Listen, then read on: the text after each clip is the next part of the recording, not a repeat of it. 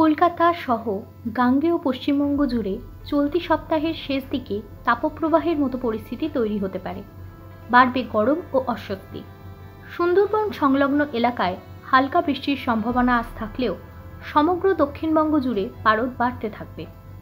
এই সময়ের মধ্যে রাজস্থান থেকে গাঙ্গেয় পশ্চিমবঙ্গ পর্যন্ত একটি পূর্ব পশ্চিম অক্ষরেখা, যেটি বিহার ও ঝাড়খণ্ডের ওপর দিয়ে অবস্থিত, যার প্রভাবে শুষ্ক বাতাস প্রবেশ করবে, ফলে তাপপ্রবাহের পরিস্থিতির সৃষ্টি হবে।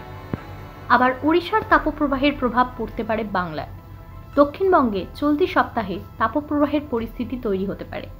মূলত পশ্চিমের জেলাগুলিতেই তার সম্ভাবনা সবচেয়ে বেশি। পশ্চিমের জেলাগুলিতে আগামী 4 দিনে তাপমাত্রা 4 ডিগ্রি সেলসিয়াস বাড়তে পারে। তাপমাত্রা 40 ডিগ্রির গণ্ডিও পেরোতে পারে।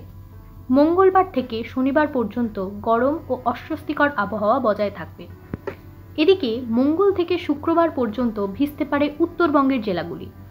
আগামী 4 দিনে 2 থেকে 4 ডিগ্রি সেলসিয়াস তাপমাত্রা বাড়তে পারে। সোমবার শুধুমাত্র দার্জিলিং ও কালিম্পংয়ে বজ্রবিদ্যুৎ সহ বৃষ্টির হালকা সম্ভাবনা। মঙ্গলবার বৃষ্টি বাড়বে। দার্জিলিং, কালিম্পং, আলিপুরদুয়ার, জলপাইগুড়ি, কোচবিহার, মালদহ, উত্তর ও দক্ষিণ দিনাজপুরে বজ্রবিদ্যুৎ সহ হালকা থেকে মাঝারি বৃষ্টির সম্ভাবনা। 40 থেকে 50 কিলোমিটার বেগে বইতে পারে ঝোড়ো হাওয়া।